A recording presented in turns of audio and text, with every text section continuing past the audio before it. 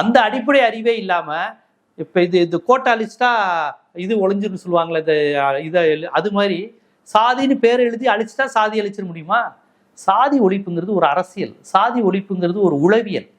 நீங்க சாதியற்றவரா இருந்தா இப்படி சாதியை ஒழிச்சிட்டே நீங்க சொல்லவே மாட்டீங்க. சாதி ஒழிப்புங்கிறது தனி மனித பிரச்சனை இல்லை, இது சமூக பிரச்சனை. ஒருத்தர் சாதியற்றவரா இருந்து சமுதாயத்தை நீங்க சாதியற்றவரா மாற்ற முடியாது. சமூகம் மாறணும்.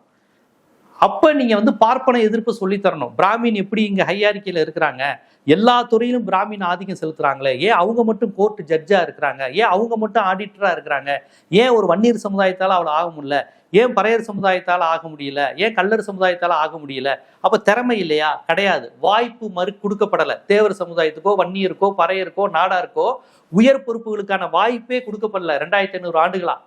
அதை போராடி பெற்றதுதான் தமிழ்நாட்டின் வரலாறு, தமிழ்நாட்டின் சுயமரியாதை இயக்க வரலாறு, நீதி கட்சி வரலாறு, திராவிட இயக்க வரலாறு, அங்க பாபா சாஹிப் அம்பேத்கருடைய வரலாறு, போராட்டம்லாம் இதை நோக்கி தான். நீங்க சாதியை ஒழிக்கணும்னா பார்ப்பன எதிர்ப்பு பேசணும். பார்த்திபன், பார்ப்பன எதிர்ப்பு. உங்க சினிமா ஃபீல்ட்ல எவ்வளவு பிராமின் டாமினேஷன் இருக்குன்னு நீங்க பேசணும். சமுதாயத்துல ஏன் பார்ப்பனர்கள் மட்டும் உயர் பொறுப்புல இருக்கிறாங்கன்னு பேசணும்.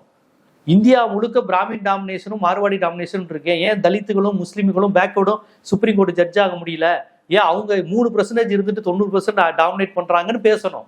இதுல இருந்து தான் சாதியை ஒழிக்க முடியும். அது ஒரு சமூக பங்களிப்பு, சமூக கூட்டு. சும்மா வெள்ளிக்கிழமை நாயுடுன்னு கத்திட்டு திங்கிழமை ஜாதி இல்லைன்னு பேச முடியாது.